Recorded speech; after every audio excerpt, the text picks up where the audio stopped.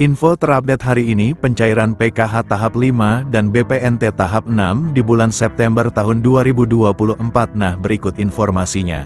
Assalamualaikum warahmatullahi wabarakatuh. Apa kabar semuanya? Semoga selalu sehat, dilancarkan rezekinya, dimudahkan segala urusannya ya amin. Nah, di video kali ini saya akan berbagi informasi yaitu aturan penting terkait pencairan bantuan PKH tahap 5 alokasi September-Oktober tahun 2024. Nah, lalu kira-kira ada aturan terbaru seperti apa ya? Maka dari itu simak terus videonya sampai selesai agar supaya tidak menimbulkan gagal paham dalam menyerap informasinya.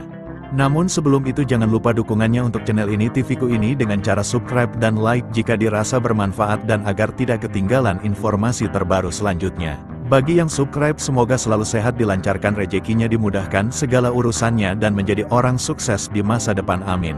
Nah, oke, langsung saja berikut ini terkait peraturan terbaru pencairan bantuan PKH tahap 5 tahun 2024. Nah, perlu diketahui bahwasanya pencairan bantuan PKH di tahun 2024 itu masih sama ya, pencairannya melalui kartu KKS dan nominalnya pun bisa berbeda-beda ya, tergantung komponen yang dimiliki.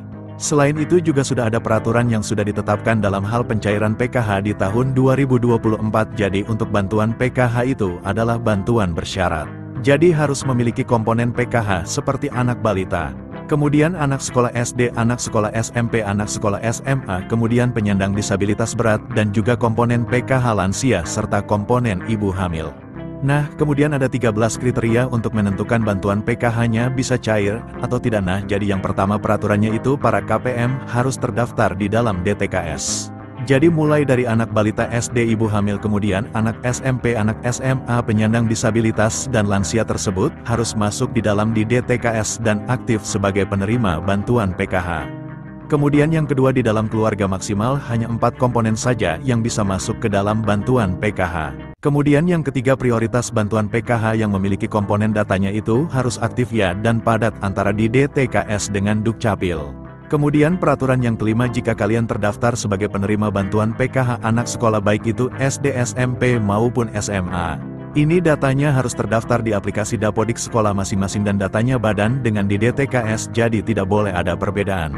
Selanjutnya, yang keenam, untuk komponen PKH balita yang disebut sebagai komponen PKH balita itu adalah hingga anak yang kedua saja ya, apabila ada balita ketiga ataupun balita keempat dan seterusnya, maka sudah tidak dapat dibilang penerima bantuan PKH lagi ya, karena dibatasi sampai balita kedua saja.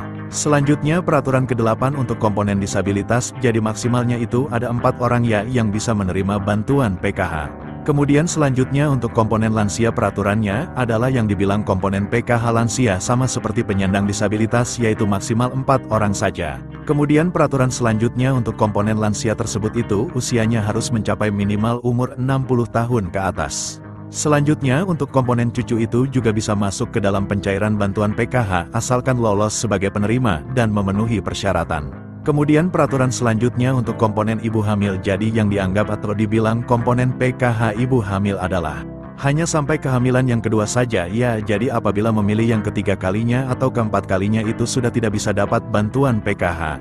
Kemudian juga memiliki anak yang normal yang bersekolah di jenjang SD, sedangkan untuk yang nominal penyandang disabilitas dan anak sekolah SD itu nominalnya berbeda-beda. Lebih besar penyandang disabilitas dibanding dengan komponen anak SD, maka yang masuk komponen PKH adalah komponen disabilitas yang didahulukan. Jadi sudah jelas ya, itu adalah peraturan bantuan PKH di tahun 2024. Sementara untuk jadwal pencairannya, jika tidak ada perubahan akan dicairkan di antara bulan ini atau Oktober tahun 2024. Nah, berikut ini KPM yang sudah cair KKS-nya. Nah, berikut saldonya cair segini 400.000 Bank Mandiri kemarin, semoga yang lain menyusul cair amin. Nah, sekian dulu informasi ini, semoga bermanfaat bagi semua KPM. Assalamualaikum warahmatullahi wabarakatuh.